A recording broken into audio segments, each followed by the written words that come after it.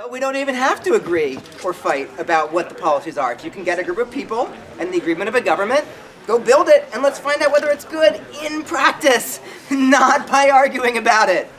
Fuck that. One of my theses is, okay, the most impact is not had by startups directly, right? Apple didn't invent the iPod. Somebody has to bring it to the mass market. Same is true for government. So I want these laboratories and I want these experiments, but what is the most impact going to be? It's not by everybody moving to charter cities. It's the competitive pressure and the examples and the learning that they put on the rest of society, like you got to adapt or you're going to lose all your brains and capital to these. And Shenzhen and China in general, like Hong Kong, this is not just an idea, right? 20 years ago, we were kind of claiming this, but we've seen it happen. We've seen an entire huge country lifted up by copying parts of a charter city next to it. So maybe that's part of the nice word here of charter, is that it's not that this must be where everyone conglomerates to, but this is models that need to be extrapolated back laterally out towards other more traditional organization structures. Yes. In the same way that charter schools operate in the kind of way that's not that everyone moves to a charter school. So charter schools are experiment prototype grounds for the things that should become the norm later. And the word in like it needs. People are always sending me like their ideas for their like off the grid communities that are going to be Gulch or whatever. Like the other thing about charter is that there's an agreed upon contractual relationship that delineates the degree of autonomy, right? And so like I want to get billions of dollars of investment into these things. I want them to be huge growing cities. That means they have to be completely above board in a formal legal manner with, you know, not only like the signing authority of the government, but ideally like broad support across political parties and the people. Like that's the only way it works. So that the charter, I think, captures that too. It gives people the breathing room who are maybe part of traditional organizations to say, no, it's fine. This is a sandbox. I'm so excited about like Utah's regulatory sandbox, for example. There's some of these ideas happening. Aren't black markets also experiments? Don't we also learn from them? I mean, they're not above board, but we should do learn from them. But they're limited to the degree that they can scale and like that you can make large investments because I mean, you don't have the legal security. The scale of the black market is huge, right? It's half of many countries, right? You can't complain about the scale of black market. Come on. It's all very much DeFi. You're limited in the sorts of things you can implement. There's a lot of fear and insecurity there. Right. Is it safe for American maybe you should learn the insecurities now and extricate themselves from the old citizenship? The United States will No, because you're still paying taxes. Is it? You guys have a plan for those people who want to like never pay taxes? Is it safe? Okay, that is none of our business, right? The business of any charter city is what its local regulation is. This is something I believe in strongly. If we're trying to form new small jurisdictions that will be very poor at protecting themselves because they have very little power, that can only happen in a world with like, you know, part of the idea is charter cities and then eventually start up sovereign city-states. That can only happen in a world where local sovereignty is profoundly respected. And so I think it's super important to profoundly respect the sovereignty of the United States. Like, there's lots of lawyers who can talk about the procedures for like expatriating from the U.S. We have no control of that. We have no interest in it, you know, or talking about it. You know, it is like a business issue that this big chunk of the market for going to new places is not able to do so as easily as people from every other country. But yeah, it's so weird. Like these ideas, like working on this stuff, which is sort of like a way to escape in a way. I'm like much more respectful now of government sovereignty. Because now I kind of feel like, well, it's a choice, and respecting, like, if I want to get to decide in a place, I got to support everybody else deciding. How big do you think something has to be a viable experiment? It's not three guys. Say larger than kibbutz scale. Say like, I think kibbutzes like are in the thousands. Oh, kibbutz. So say like in the tens of thousands. I think starts to get interesting, but it's, you know, all this stuff. It's not black and white, right? There are some things that can be experimented with on a small scale, but the scale is important to me because I feel like one of the problems with democracy, our current like main most effective mechanism, is that it fails at scale. You don't learn much about governance if you're smaller than that. And democracy needs to work in the millions. Yeah. So like, I mean, I think crypto will do this first, but I really want to test if we can find things that scale like above millions, because the industry standard The other fails thing there. we really want is to see how technology develops in that environment, and you need a critical mass for that to happen. So thousands isn't enough, tens of thousands is more. And this, I mean, your type of quote like this startup costs, and like the fact that like cities are built on economies of scale, and we're trying to start new ones. That's like a huge challenge. Like every company in the They space. almost, I mean, so I'm being hired to help design a new greenfield city in Thailand. Okay. And it's not going to do too much political experimentation, so it might not end up being of much interest to you. But in my research, basically almost every greenfield city has failed as schools, and I'm trying to come up with a better explanation of why that is. Okay, look. And which is not the specifics, but why is We'll everyone talk. failing as we do that? I'm very interested. Greenfield City. A greenfield city is like there's a piece of an empty green field, and they're going to turn it into a city. I mean, just as one proposal, like Ufology has this specific proposal to address this, and that is you form your initial community in the cloud, people who have shared interests, maybe with crypto you have shared economic activity, you build up a large community, and then they wish to physically coalesce, and now you have like a mass of people. One of my portfolio companies, Praxis, has added an extra step where you coalesce, you're in the cloud first, and then people move into shared co-housing houses in major cities in the US. They live together, they get to know each other, they go to events together, and then all get together and move to a place, and now the company has aggregated demand to a degree, and then that's great in negotiating with governments for deals. So like, we have some plans, but I don't want to pretend that it's not like a major concern. Do you see that Free State project as a prototype of a dispersed group deciding to get together? Yeah. I mean, it's worked in some ways and not worked in others, but yeah, Jason and I were doing the rounds before I got funding for any of this in the 2000s, and I would point it out as being like-minded. It's just systems thinking. Most cities do have a top-down design or orientation or organization because they're the vision of one group or one person, and they say we want everyone to join us. Or they're a government that the creature in Saudi Arabia. We've got just the Mohammed bin Salman said there shall be a giant city here anytime. And Sheikh Mohammed as well, right? And he doesn't happen in Dubai unless he wants to. And because I think the failure may come because it's top down. All the great cities of the world largely did not get built top down. I'm failing to see how this would work in a context where we need more union and more governance at a global level. Like, it seems like greater autonomy in cities is the opposite way we need to go. Please allow me to elaborate for a little bit. We need greater circular economies, which means more resilient cities that have more interconnected economies, and less is externalized, and they become more resilient to crisis. I understand the importance of cities. Cities are the perfect place as well to create that kind of economy of the future that is regenerative. But when it comes to certain goals, we need, we just saw COP27, so a ridiculous travesty.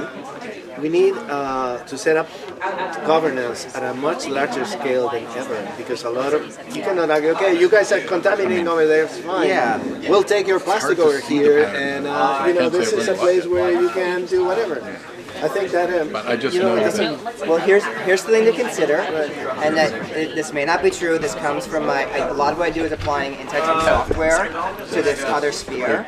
But I would suggest that the smaller and clearer the API that you're implementing, actually the more effective the software is, and the more powerful it is, and the more it can scale. And what I mean is, I think the fewer things that global governance tries to do, and as well as the fewer things that the nation level tries to do, the better that they will do at them. And I think that pushing the massive problems that can and should be handled in smaller collectives down increases the ability of the world to globally coordinate. But look at the examples I'm not positive, you gave me. but that's what I think. Dubai, Hong Kong, and Singapore. How are the examples of the next level governance that we need? Are they green cities where there's very healthy, low pollution, regenerative economies? I'm not saying that these cities will directly be green cities. I mean, this is a market solution. It's what the customers want and what people are able to build. And if people want green cities, we'll get them. And if they don't, we won't. But I'm suggesting that a move in this direction of pushing power downwards actually results in a world where, like, the fewer things that we're trying to agree on together, the more likely we are to actually be able to do it and enforce it.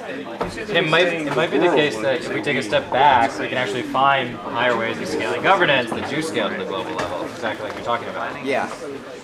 It's a governance failure, and I'm trying to create governance labs, right? And it may not directly lead there, but I do think it helps, but only if you're willing to tolerate that there will be a bunch of places built whose laws or policies, are not what you want, but you also get to build your demo, right? And if people love it, more people will make things like that.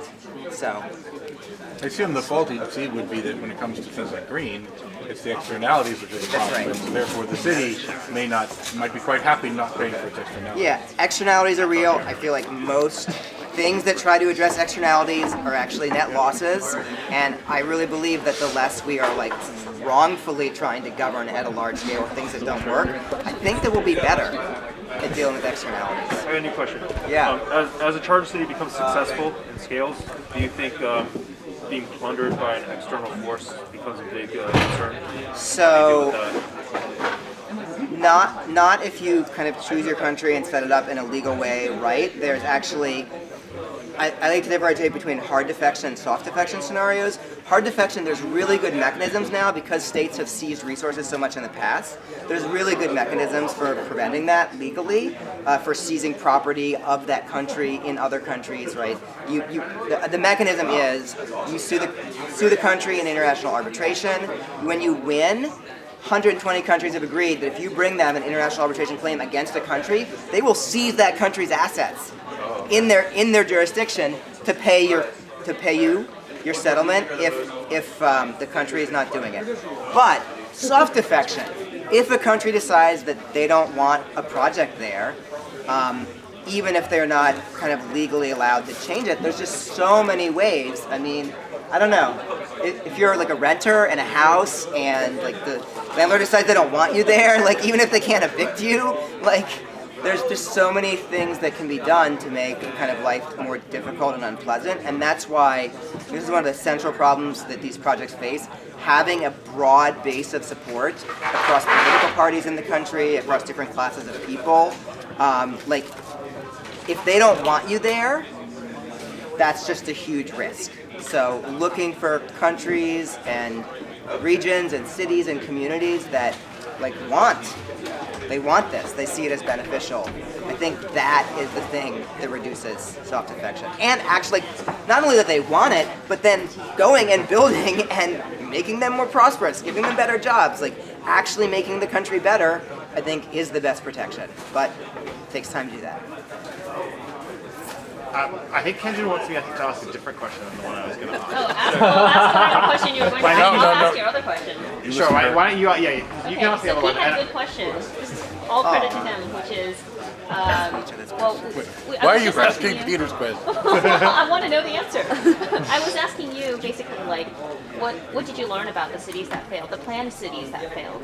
And you were saying it's really hard to tell, but it seems like something about the plan didn't quite. I mean, usually the central planner had a vision. And so the question, The question is one of the properties that seems to be very true of utopian planning is that the planner has a vision for everything. And the question is has anyone planned to not know the answer to most of the uses of space and try to design a utopia that's intended to be repurposed in weird ways that they can't even conceive of? So they're basically building boxes and shells for things to build to come and repurpose. Yeah. That is the transportation plan I'm going to recommend for this city. If it's anyone, it's probably these people. First one. One of the philosophies that I pitch to in everything is that the reason the internet took over the world is because it followed a principle of stupid infrastructure and placing the smarts at the edges where they're rapidly changed and under the control of a million entities as opposed to being central. So the internet is dead stupid. I don't know how much and layers. Architecture. Yeah. And layers. Well, layers are important too, so that you can innovate at the different layers without affecting the other layers.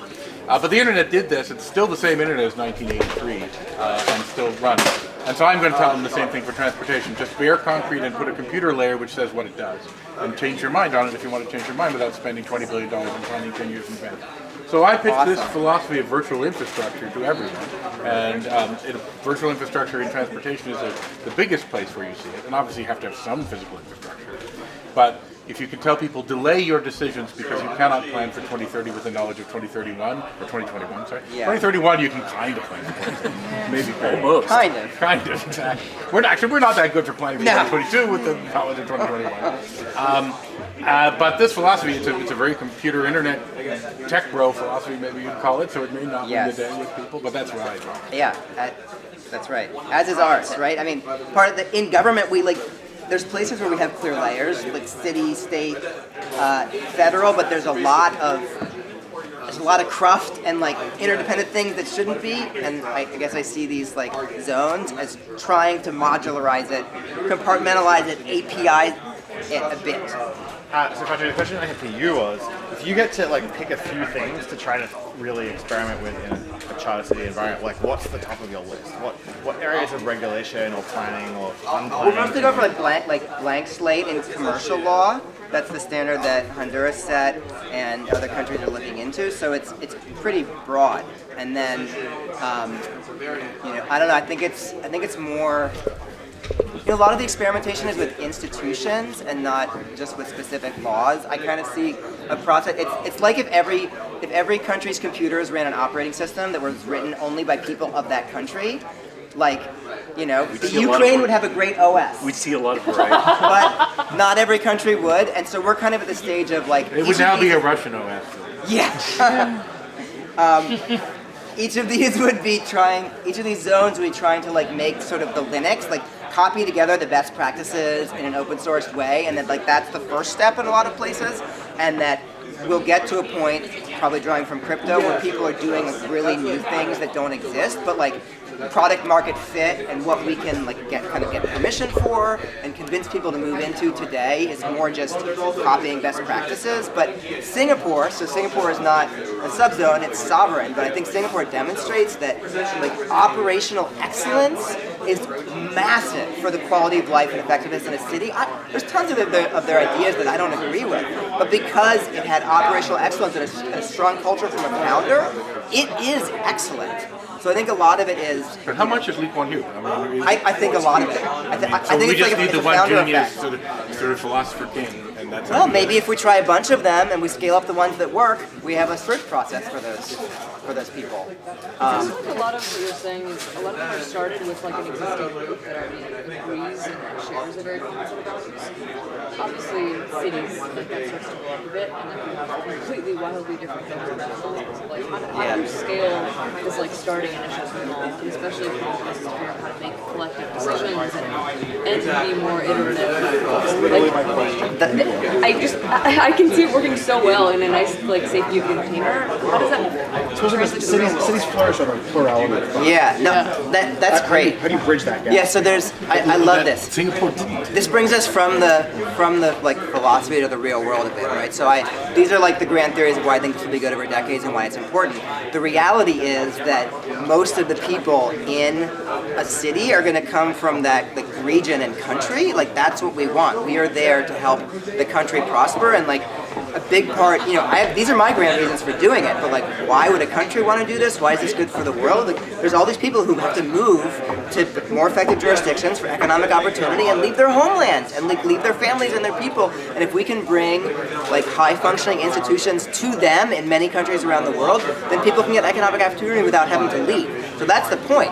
Now, to get the capital to do this, and to have a legal system, and to get a team, and to get it funded, and to build the first infrastructure, maybe you need like one of these aligned groups. But like the whole point is then to make it a city like for the people.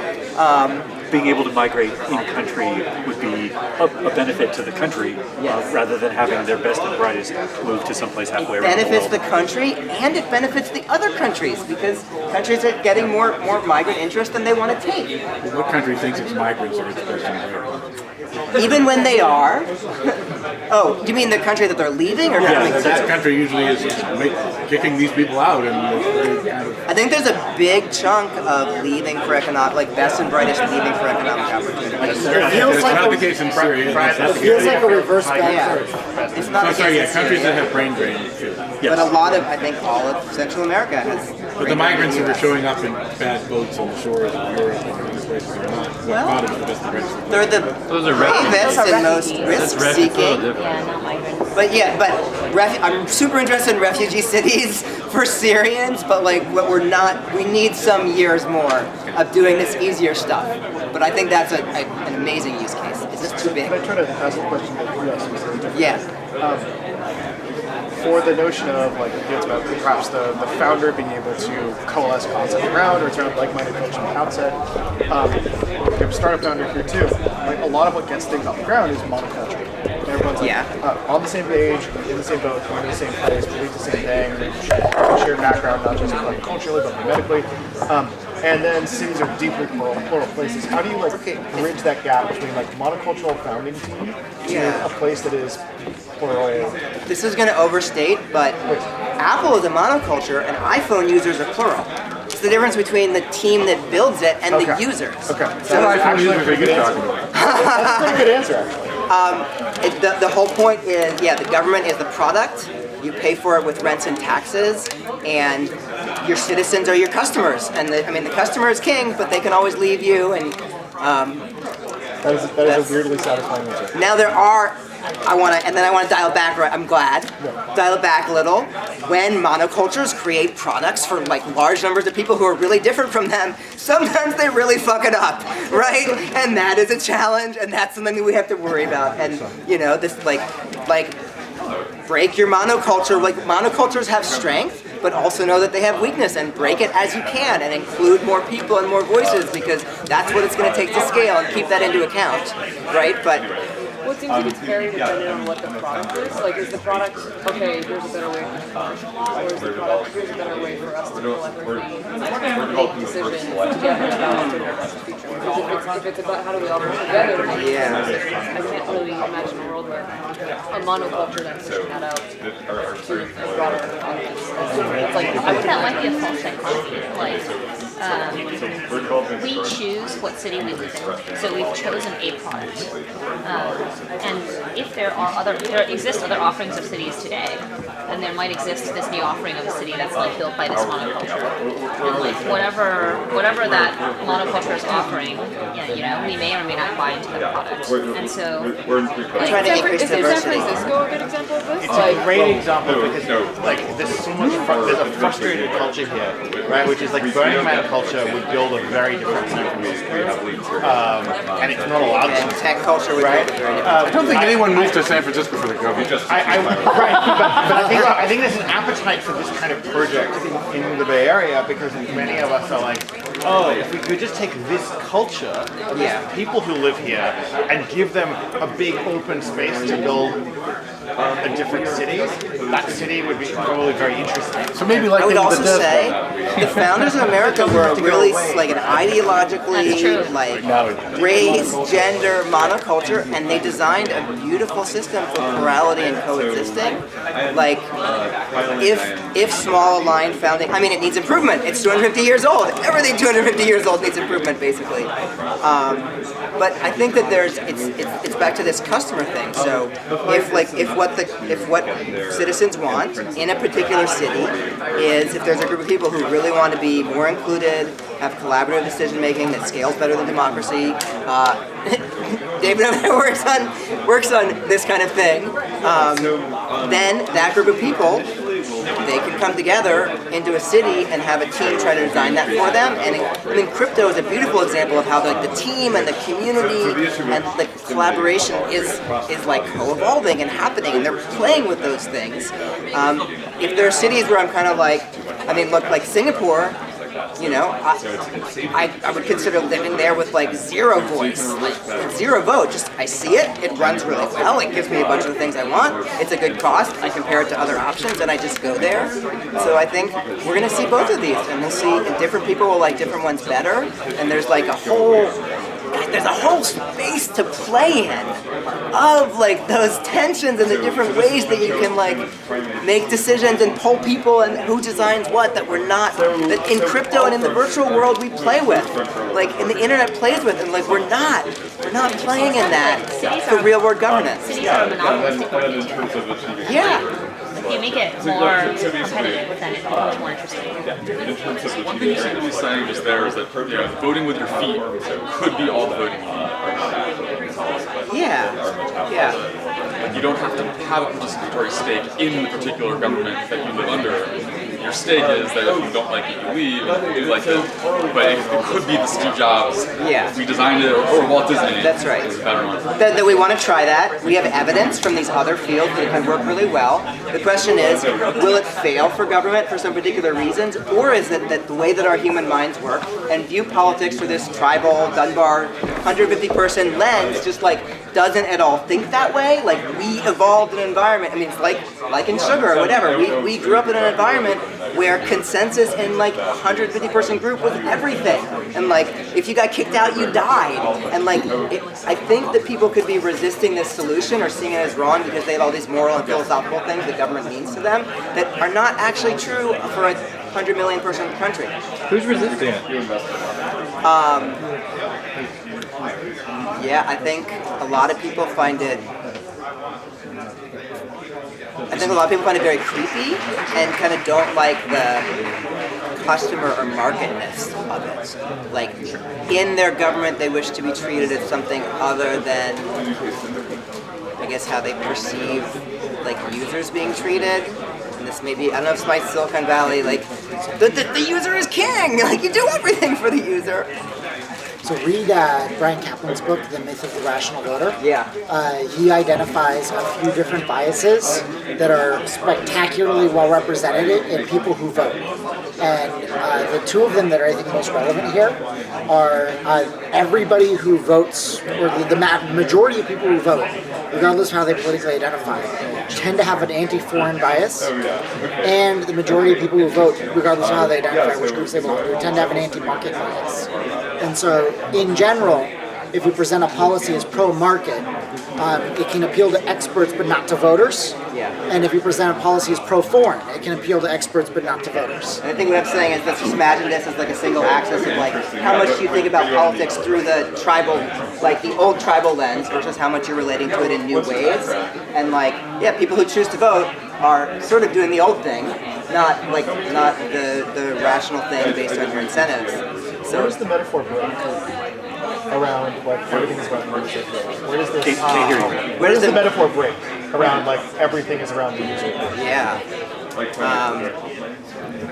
Well, even if people have this, even if it's like a viewpoint based on really old stuff that's not true anymore, it still affects how our hearts feel about the cities and countries we live in, and you have to find ways, and like some countries do better and worse, that you have to find ways of including people and having them feel like it's their tribe. That's hard and that's important. The cost of failure, there's a way in which it's a lot more like an airplane or a spaceship than it is like an iPhone. Like if it fails badly enough, you die. That's pretty spectacular. But I'm willing to do this because the existing system has failed so badly that like lots of people died so many times. When you put it in context, like it's no brainer. You know, success and failure are not static. I mean, that's not at all. So, Singapore is authoritarian with free markets. China wants to copy Singapore. The United States was democratic with freer markets. It's moving away from that because it's democratic. So to the degree there's diseconomies of scale in democracy, like the world is getting bigger, I don't know. The old systems are getting more and more out of date. Like, I really need this. What do you think of like little temporary projects? It's been a while. Let's see. Oh yes. What do you think is the role of like temporary projects being like a bridge in terms of commitment? The World's Fair, where innovators and builders can come together, avoid staying in like the sclerotic cities they're in now, but also not take a full leap of the spaceship of like going to Honduras and deciding to live there and build a city from scratch. I had that idea first. So Ephemerisle, the idea of Ephemerisle was that we can't get people to like all live together and under a new system of laws. I was thinking less of the best practices and more something really new. People aren't going to go move their families and live under that, but like maybe they'd like sail a boat and for like a week, like try out a new legal system like as their art, as like, you know, some of us are rules geeks, especially in crypto. Like that could be fun for us. We're libertarians. You know, but Burning Man is a LARP, and its culture is brought it back. Yeah. But that didn't happen. But that didn't happen because it's very, very hard from an engineering perspective to go in international waters. Yeah, but so I think it's interesting. I think like it can be a bridge to a long-term thing. I mean, clearly festivals and conferences like this, right? Like biology is like pure cloud concept, right? It's too sterile. It has you don't build the rich human connections enough to feel like you're a group that wants to go move to a strange place together without in-person contact. And so there has to be something. Gatherings like festivals, trying it out, World's Fairs. Like there has to be something to bridge that.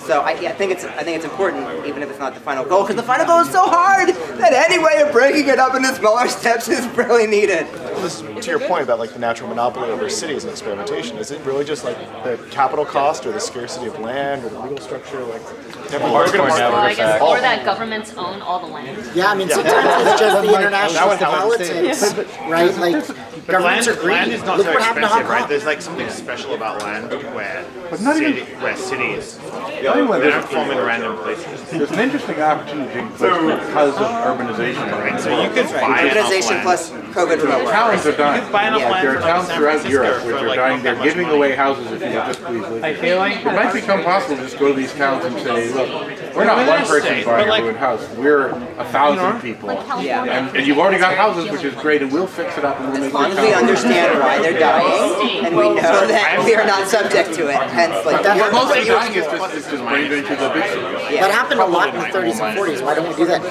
Well, there's a question of like, will this small aligned community that starts small, is that appealing compared to the economies of scale? And again, this is where hey, it's not Gulch Gulch.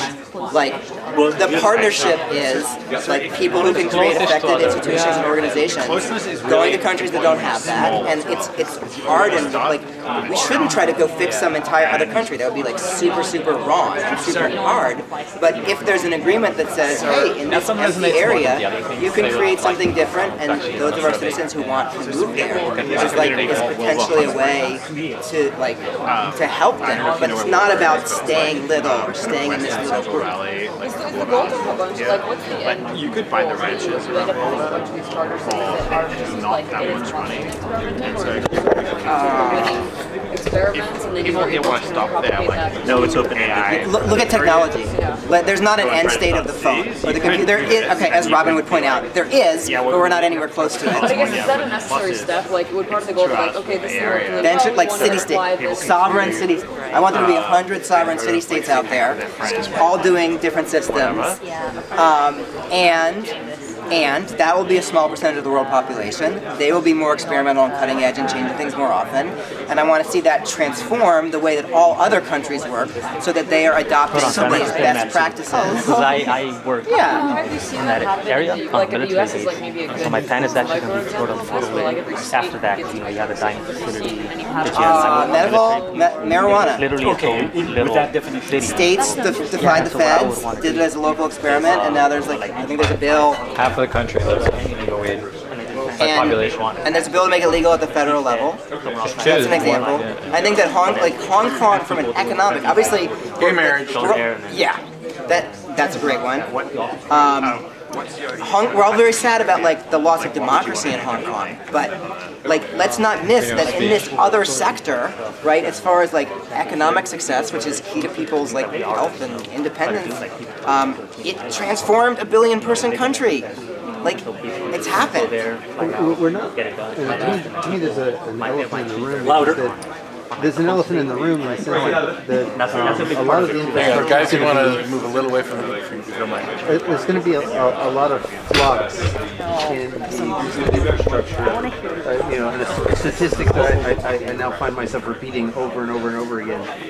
If we blow past 1.5 degrees Celsius temperature rise, the tropical zone around the planet becomes uninhabitable. Unfortunately, 40% of the world's population lives in that zone.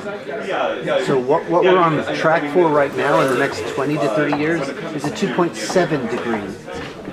So temperature rise. What that means is we're very, very likely, even if we wave a magic wand right now and stop all emissions.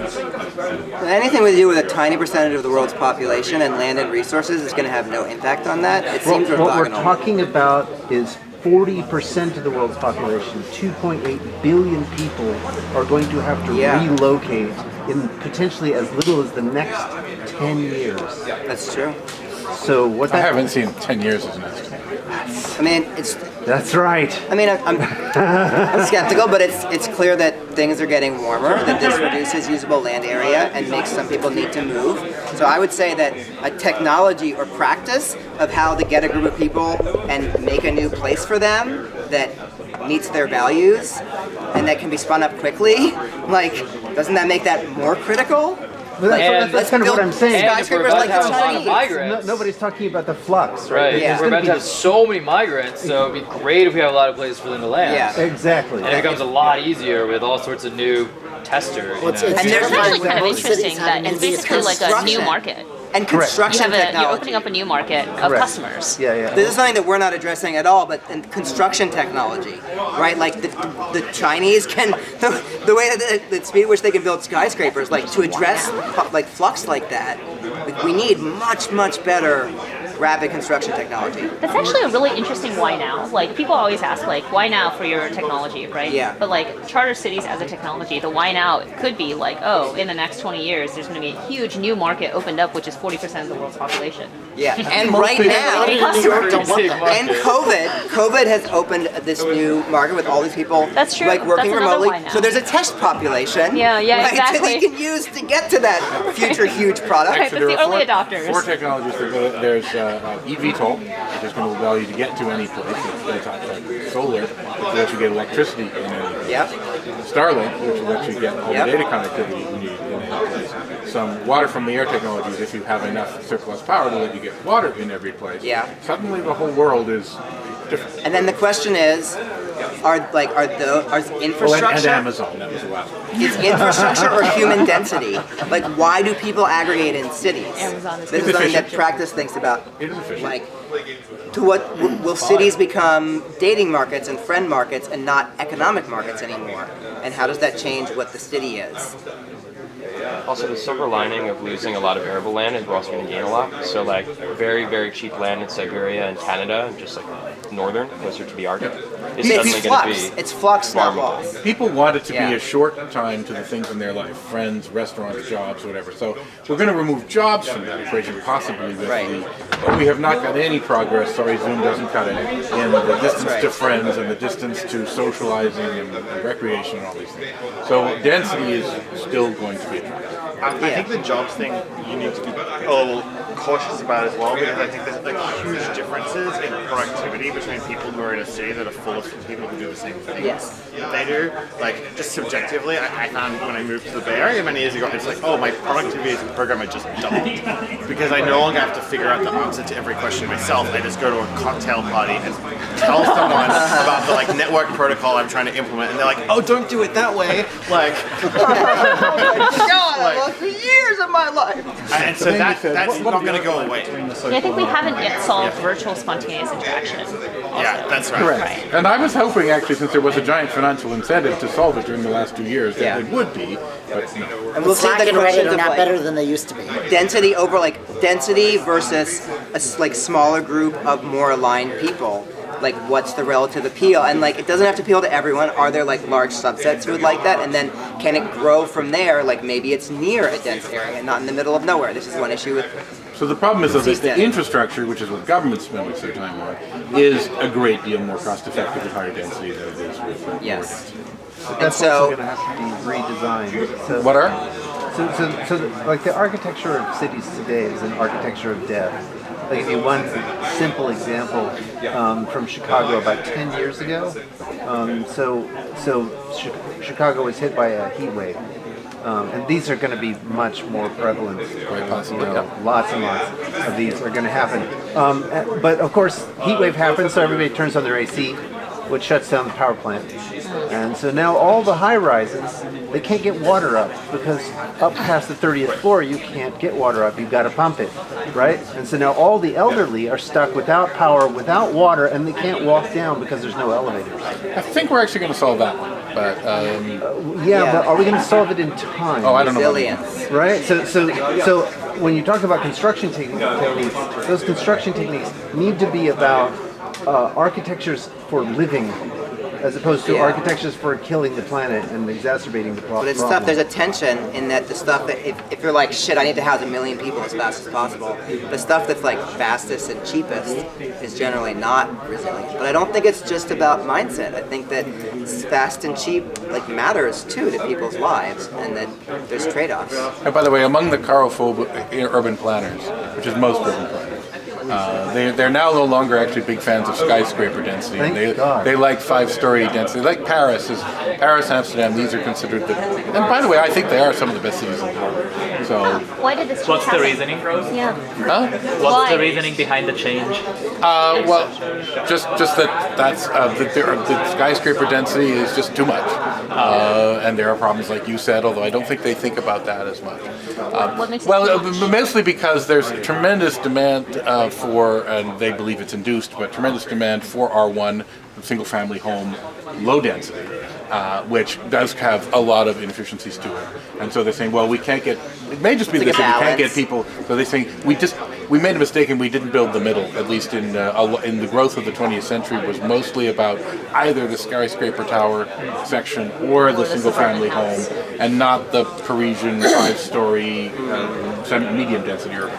5 is also about optimal. 5 to 8 is probably optimal for embodied energy.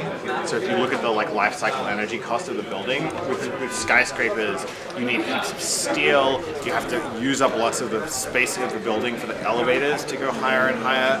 And so skyscrapers make sense if you've got a very, very attractive location, and you're like, how the hell can I put more square footage in this place? Skyscrapers work in Manhattan for sure, and in Hong Kong. Right. Although a lot of Hong Kong is like these seas of skyscrapers that are just spaced too far apart to be interesting, but close enough together that they live there because Hong Kong's actually got a lot of flaws because almost all that land is owned by just a few families.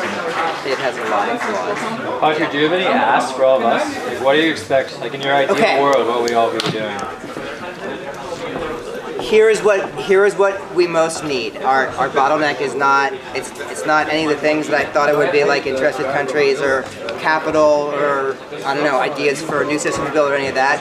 Our bottleneck is founders and founding teams. Like we have unstaffed opportunities now, like in multiple countries, and so I think the ideal founding team has some startup entrepreneurial experience, some real estate experience, and either a very strong connection to the country or region that they'll be working in, or the kind of relationship building skills such that, with help and introductions and advisors who are strongly connected in the country, they can cultivate that very quickly.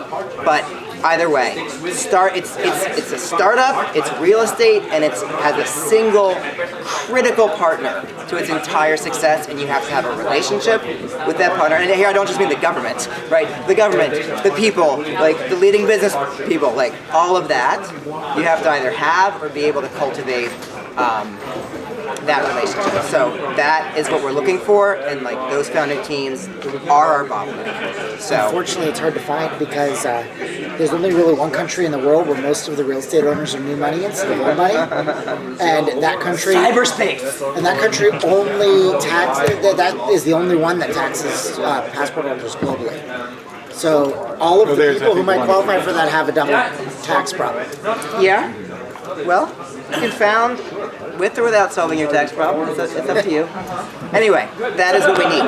We need founders and founding teams, and we'll be throwing probably a bunch of events next year. Like maybe I was thinking like per region, because so much of this stuff is region specific. So maybe Central America, Caribbean and Central America are so different, but we want to cover like Central America, South America, Africa, Europe, Asia, do something here too, where we get together potential founders, kind of the highly aligned, the people who have been investing in this space, been advising in this space, government representatives, kind of like subject matter experts on how you do this, and like get the energy in the room to kick off some startups. We made 4 investments last year, and we're like about to complete our 2nd investment. It is December of 2021, and it's because there's tons of people interested. There's tons of people working on really early stage stuff. There's very little that's far enough along to be investable. What did you invest in? What sort of project? So last year, these charter cities, it was Honduras Prospera, Praxis, formerly known as Blue Book Cities, Young Drung, which is in Bhutan, and But when you Cities say you in invested Nigeria. in them, what is it that you invested to do? Oh. You didn't invest enough to build a city, so what did you invest in? Well, Prospera was enough to build an initial office building in some residences, and they just broke ground on their first multi-story property. No, we're like pre-seed and seed. So you need a team of people to do business development, to like figure out what the culture and the legal system is going to look like, to work with the government. Like, it's a startup. You're starting with some people and a napkin, and you're trying to get to laws passed in a country and developers and funding to build your initial first build. And so the legal lobbying is a big first expense. I don't like the word lobbying. That was what came to mind to me. You may be the only Because you're not trying to get in one. line. Spend money to change laws. That's the definition of it. It's true, but you want it to then last for 50 years. So, Maybe it is. Good luck. I mean, it's going to last as long as they think it's to their benefit to last. And as soon as they think it's negative and it's politically bad in their country, it's unfortunately going to get in trouble. I think it has more and more actual positive impact over time and gets safer and safer. And there's this really vulnerable stage early when you've started to invest, but you're not yet providing value. That's really dangerous, and we kind of have to think about. That needs seed money too. Yeah. But maybe there are sideways vectors, right? So there are a lot of companies that on the face are about one thing, but they're really about real estate. Starbucks is about real estate. Yeah. McDonald's is about real estate, right? So you can kind of go and maybe go like one of the things, as I'm driving my Tesla through West Seattle, I look at all these gas stations and I go, oh, that's going to disappear and that's going to disappear. I have a plan for them. But maybe there's this sideways vector that might be an interesting. I think that's really there's a sense this they're is all a super sideways fun vector. sites is the problem. Yeah. Well, but the sideways vector is I'm trying to solve governance by making it a real estate project. We're already sideways in that way. But like, for example, Starbucks has enough clout to get into the government discussions. So you partner with Starbucks, and maybe there's a real estate. But I think we want something that's like it's a single larger site, right? Is the right for these. So a company that can build a factory that'll employ, at the beginning maybe it's 100 people, but getting to like 1,000 people. I think that's the size that you can, in a small country that really wants those jobs and to keep those migrants at home, that you can build a project around. So I like the approach, but I think it's not the Starbucks and the McDonald's and maybe the Amazons. Yeah, exactly. Or something else. We're like, for example, Honduras Prospera was talking to a large European university that wanted a campus in Central America, a regional hospital that had a chain of hospitals with like a site in that area. So I think those are the kind of customers.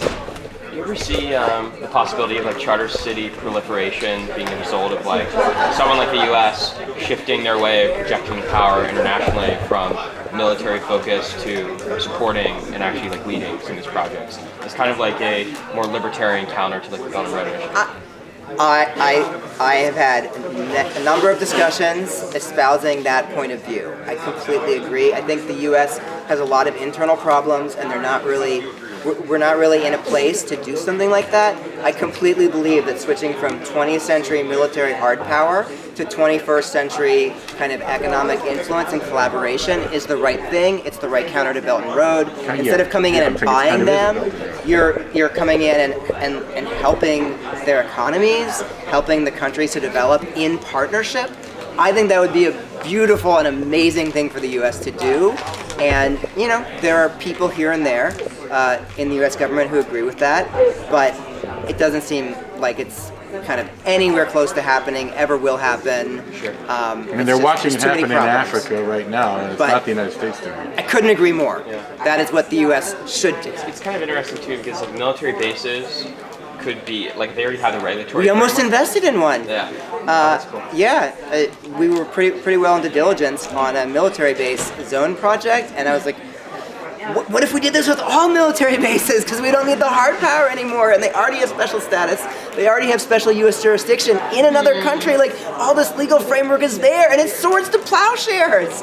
Like, let's swords to plowshares our military bases into charter cities. Maybe this is politically sensitive, but what about tribal lands? Have you ever examined charter city projects in tribal lands as a regulatory framework to be set up to be autonomous? Yeah, for sure. It's promising, and I know of one project in the U.S. in the Carolinas, and other people who are working with indigenous people around the world. The challenge I've seen is they have like a lot of in the law sovereignty, but it's not clear if they actually tried to grow new businesses on that. It's kind of not clear that it would work. Everybody thinks of casinos, but it was like this time when casinos were like just gambling was just becoming accepted, and there was this financial problem to the tribe, and it's not clear how much it would work in practice. And it really has to be the right partner, right? They have to like really get it and be like, this is what we as a people like want to do. We see this as the future, and we're into it. And you have to develop. That takes a relationship and trust and time. But I think it's promising. Like, as I understand it, in the U.S., like the Trump trade war stuff does not apply. Like the tariffs don't apply. Like, obviously, like military bans on certain things apply. Patents don't apply. So like you can't export a patent that's like substance because it is under the patent when it leaves the tribal lands. But you can use like a patented manufacturing procedure that produces something generic. Like, you could do that. You could. I've always dreamed of having, but probably a lot of you have you dreamed of having like a world library that just had like everything, like every paper, every book, every music. And of course it can't be connected to the internet, and you may or may not be able to have people bring thumb drives, but like in a location, like I don't think that intellectual, like, because the tribes are exempt from the treaties, and intellectual property is like mostly about treaties. So I think there's some really cool stuff you could do. Like, it's like it's an untested problem. So once it becomes a problem, then they'll. That's right. Yeah, there's a lot of that. Declaring war on Disney is not good for you. But I'm sure there's some incremental things that you can Friends do. of mine did build communication systems for some of the tribes using the fact they were exempt from the FCC, but it never really turned into what they hoped it would. Got it. Yeah, it was not like an economic engine by itself. No. Related to using tribal lands, what about the idea of a tribal founding team? I'd love to see a tribal founding team that had entrepreneurship and real estate experience and was excited to do this. Be freaking amazing. I'm curious, how important is governance sovereignty? Or rather, how much sovereignty do you really need? And the reason I ask this is because, like, I can imagine having just sovereignty over zoning laws and the agencies that you build, and you have like city taxation, like your own taxation, or the rest of the city doesn't tax you, but you're still, subject to federal laws, federal taxation, etc. Yeah. And like, I could see this being much more appealing. And the reason why I ask this is because, like, I guess I am a founder of things. Like, I started a 25-person house called the Archive, and now we're turning it into a neighborhood in Allen Square. And like, this is a question we've been asking ourselves, which is like, how much sovereignty do we need? One thing and the most frustrating thing, the only real like problem that we've actually encountered is zoning. Yeah. So, I mean, this is something that we have to think about, right? Because people are always wanting to do these things in the U.S. And I think that, like,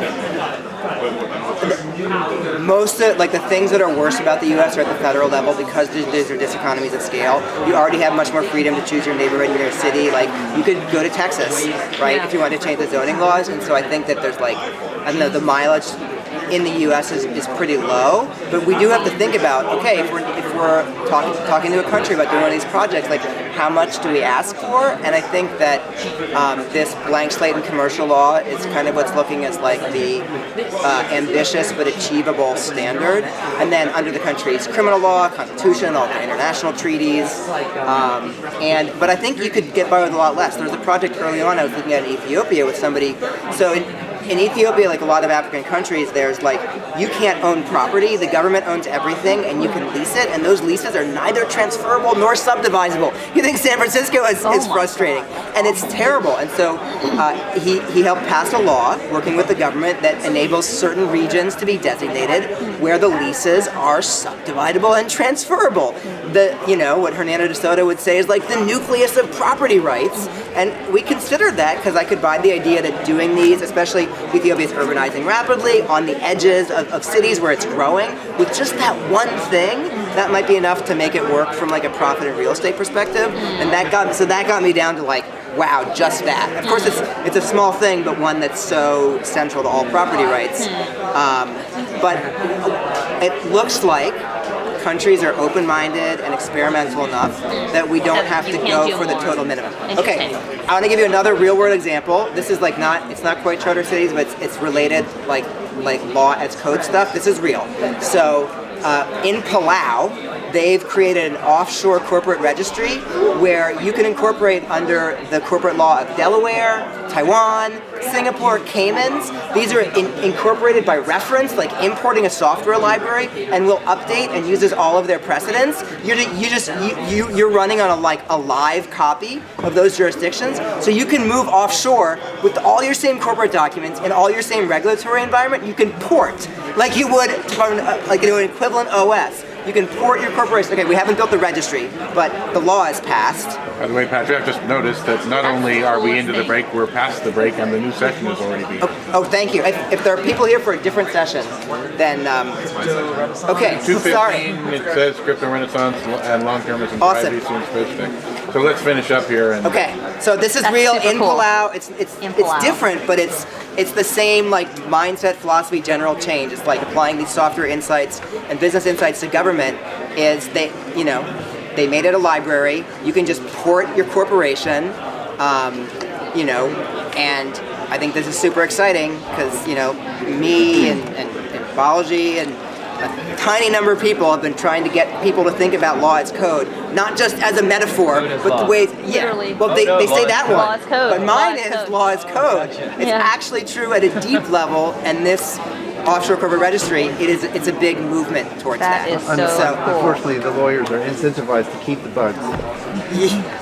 But at least if you're familiar with bugs. You know Meng Wing Wong?